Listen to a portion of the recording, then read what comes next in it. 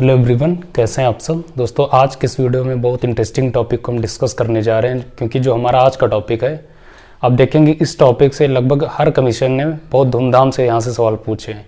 इस वजह से हम इसको करेंगे और ये हमारे लिए बहुत इंपॉर्टेंट है। ऑलराइट, तो चलिए डिस्कस करते हैं। बेसिकली हमारा जो टॉपिक है वो है स्लैश एंड बर्न एग्रीकल्चर, जिसे आप शिफ्टिंग एग्रीकल्चर या शिफ्टिंग फार्मिंग, ऑलराइट, या ट्रांस ह्यूमन्स इन नाम से जानते हैं ये, या हिंदी में जिसे आप स्थानांतरित कृषि कहते हैं। ये हमारा आज का टॉपिक है, तो इसको हम डिस्कस करेंगे। तो सबसे पहले हम ये देख लेते हैं, क्या ये जो हमारे ये नाम है स्लैश एंड बर्न एग्रीकल्चर या शिफ्टिंग एग्रीकल्चर या ट्रांस ह्यूमन्स, क्या इनमें कोई डिफरेंस है। और उसके बाद हम ये देखेंगे कि बेसिकली ये होती क्या है। तो सबसे पहले ये जान लेते हैं ये होती क्या है। तो स्लैश एंड बर्न एग्रीकल्चर की अगर बात की जाए तो आप जानते हैं बेसिकली इसे हमारे जो ट्राइबल पीपल हैं या जिसने जो हमारे आदिवासी जो भाई बंधु हैं वो इसको जो है अडॉप्ट किए हैं। ये उनके मेथड एग्रीकल्चर का, यानी वो लोग इसको करते हैं। ऑलराइट, तो बेसिकली आप जानते हैं वो इसमें करते क्या है। तो जो उनका जंगल होता है जहाँ वो निवास करते हैं, वो सबसे पहले जो उनका वुडलैंड होता है उसको कट करते हैं। उसके बाद देखेंगे उसको जो है जला देते हैं, और जलने के बाद जो राख बनती है वो उस फील्ड पर फैला देते हैं, जो उनके लिए फर्टिलाइजर का काम करती है उस फील्ड के लिए। ऑलराइट, उसके बाद वो उस पर एग्रीकल्चर करते हैं। तो इसी को स्लैश एंड बर्न एग्रीकल्चर कहा जाता है। फिर बात की जाए शिफ्टिंग एग्रीकल्चर की, तो फ्रेंड्स जो ये मेथड है स्लैश एंड बर्न एग्रीकल्चर का, मान लीजिए किसी पार्टिकुलर स्थान पर उन्होंने ये प्रोसेस अडॉप्ट किया, अपनाया, यानी कि जंगल को काटा, फिर उसको जला दिया और राख वहाँ की जो है फैला दी।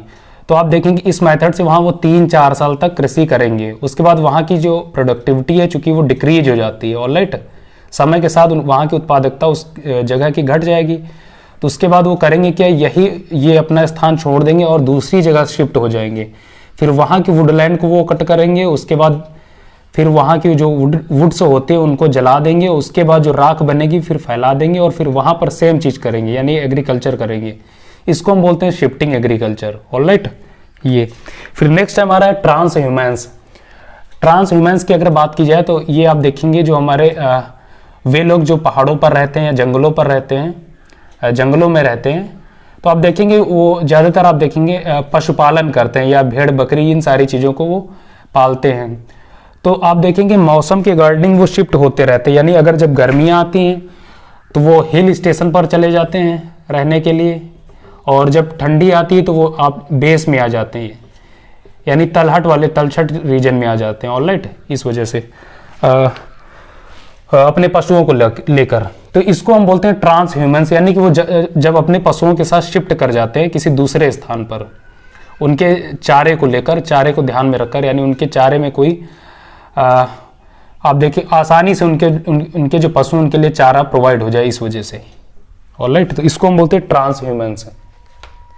बेसिकली जो स्लैश एंड बर्न एग्रीकल्चर ये बहुत अच्छा मेथड नहीं है। क्यों? क्योंकि आप देखेंगे इसमें जो हमारा इन्वायरमेंट है वो निगेटिवली चेंज होता है, निगेटिवली अफेक्टेड होता है, इस वजह से। और इसी वजह से जो हमारी गवर्नमेंट है वो इसको कर्व करने का प्रयास करे, यानी वो गवर्नमेंट इस प्रयास में कि इसको बैन किया जाए, बंद किया जाए। लेकिन इससे होता क्या कि जो हमारे ट्राइब्स पीपल है उनको लगता है कि हमारी परंपराओं पर छेड़छाड़ किया जा रहा है, उनके साथ खिलवाड़ किया जा रहा है। इसी वजह से वो हमेशा आप देखेंगे कि नाखुश होते हैं जो आपकी गवर्नमेंट है उससे। और जो आप जानते हैं जो ट्राइब्स होते हैं उनका एक ही नारा है, जल, जंगल और ज़मीन। यानी इनका ये कहना है कि ये जो 3 चीज़ है, जल, जंगल और ज़मीन, इन पे हमारा अधिकार है। आप इनके साथ छेड़छाड़ नहीं करेंगे। अगर आप इनके साथ छेड़छाड़ करेंगे तो हम ये बर्दाश्त नहीं कर पाएंगे। और इसी का परिणाम है जब गवर्नमेंट ये सारी इन चीज़ों को, अगर इन प्रोसेस को या इस टाइप की एग्रीकल्चर को बंद करती है, तो आप देखेंगे वो कई बार आप देखेंगे नक्सलाइट बन जाते हैं, यानी नक्सली बन जाते हैं। और जो नक्सलवाद की जो मेन रूट है या मेन जड़ है, उसका प्रमुख कारण यही है कि जो हमारे ट्राइब्स पीपल हैं उनका ये मानना है कि हमारी जो कल्चर है या उनके डेवलपमेंट को लेकर जो सत्ताएं रही हैं उन्होंने कभी इस पर ध्यान नहीं दिया है, यानी कि वो पहले भी पिछड़े थे और आज भी पिछड़े हैं, उनका ये मानना है। तो इसी वजह से कई बार वो नक्सलाइट बन जाते हैं और उनका ये कहना है कि हमारी जो सरकार है इसको हम चलाएंगे, हम अपने अकॉर्डिंग। ऑलराइट, ये चीज़ इसके लिए ये बहुत अच्छा मेथड नहीं है एग्रीकल्चर का ये। तो ये हमारा टॉपिक नहीं, बेसिकली ये दूसरा इशू है। हमारा जो टॉपिक है बेसिकली कि यहाँ से सवाल कैसे बनेंगे, हम क्या पढ़े कि सवाल हम कर ले जाएं और एग्जाम में अगर आए तो वेरी इजीली हम टैकल कर पाए, ये हमारे लिए इंपॉर्टेंट है।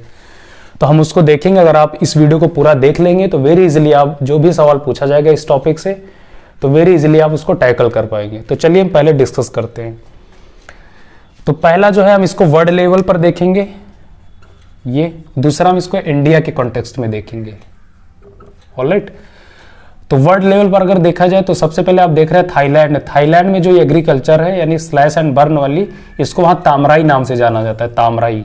फिर है मैक्सिको, मैक्सिको और सेंट्रल अमेरिका यानी जिसे आप कह सकते हैं कि जो कैरेबियन कंट्रीज हैं उन देशों में इसे मिल्पा नाम से जानता है, मिल्पा। ऑलराइट, फिर है नेक्स्ट है कोनुको। कोनुको ये वेनेजुएला में इसे ये नाम दिया गया, यानी जो शिफ्टिंग फार्मिंग है उसको वेनेजुएला में कोनुको नाम से जाना जाता है। नेक्स्ट रोका, ये ब्राजील में इसे नाम दिया गया, ब्राजील में इसे रोका नाम से जाना जाता है।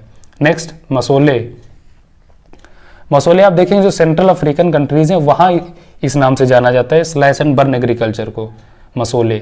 नेक्स्ट इंडोनेशिया, इंडोनेशिया में इसे लदांग नाम से जाना जाता है, LADANG, लदांग। राइट, नेक्स्ट है रे, RAY, रे आप देखेंगे वियतनाम में इसे इस नाम से जाना जाता है। फिर है तावी, TAVI, तावी, इसे मेडागास्कर में ये नाम दिया गया है, मेडागास्कर आप जानते हैं if this is Africa continent and this is Madagascar. Alright, basically आप जानते हैं Madagascar is bifurcated by Madagascar channel from Africa continent.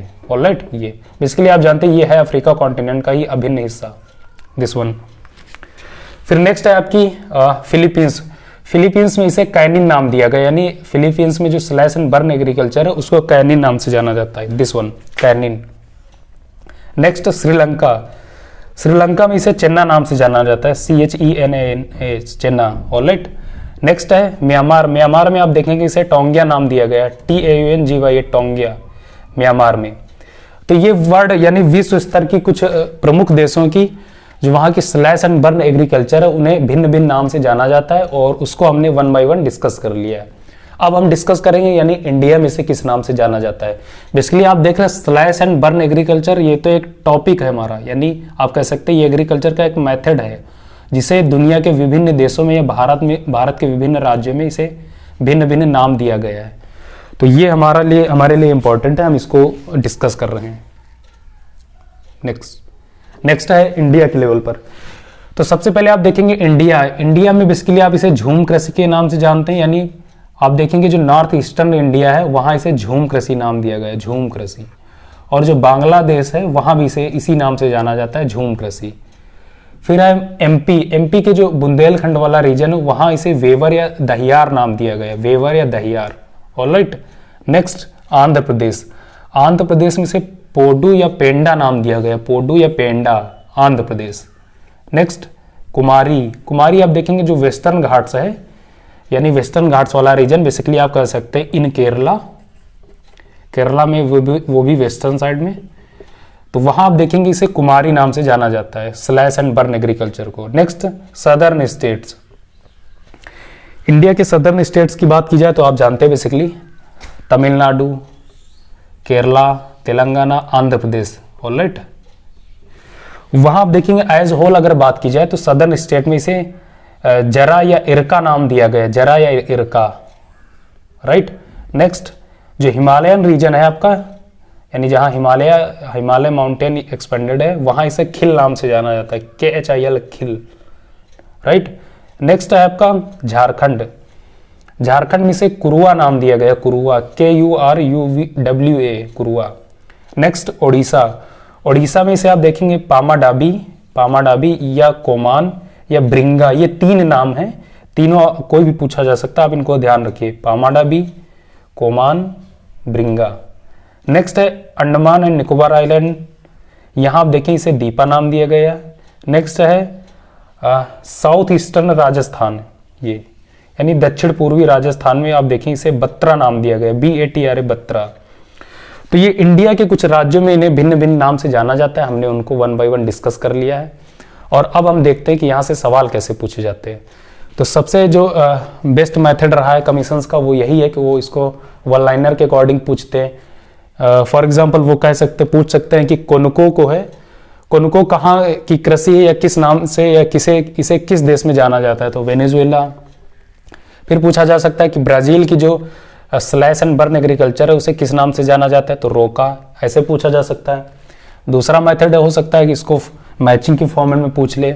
मान लीजिए इंडिया की जो 4 स्टेट्स की स्लैश एंड बर्न एग्रीकल्चर दे दी जाए, मान लीजिए आंध्र प्रदेश, वेस्टर्न घाट, सदर्न स्टेट और हिमालयन रीजन, फिर वहाँ की जो इनके नाम है वेवर, पोडू, कुमारी, जारा, इरका, फिर इनको मैच करने के लिए पूछे, तो सब दूसरा मेथड ये हो सकता है। तो इन 2 मेथड से यहाँ से सवाल पूछे जा सकते हैं और ऐसे इसी मेथड में पूछे भी गए इसी फॉर्मेट में।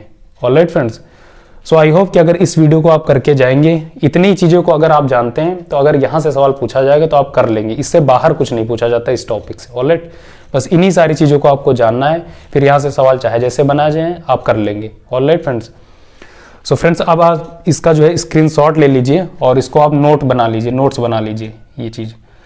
और आप जानते हैं पर डे हम एक बहुत इंपॉर्टेंट टॉपिक के बारे में चर्चा करते हैं और नाउडेज जो हम डिस्कस कर रहे हैं ये हमारे मिसलेनियस टॉपिक्स हैं।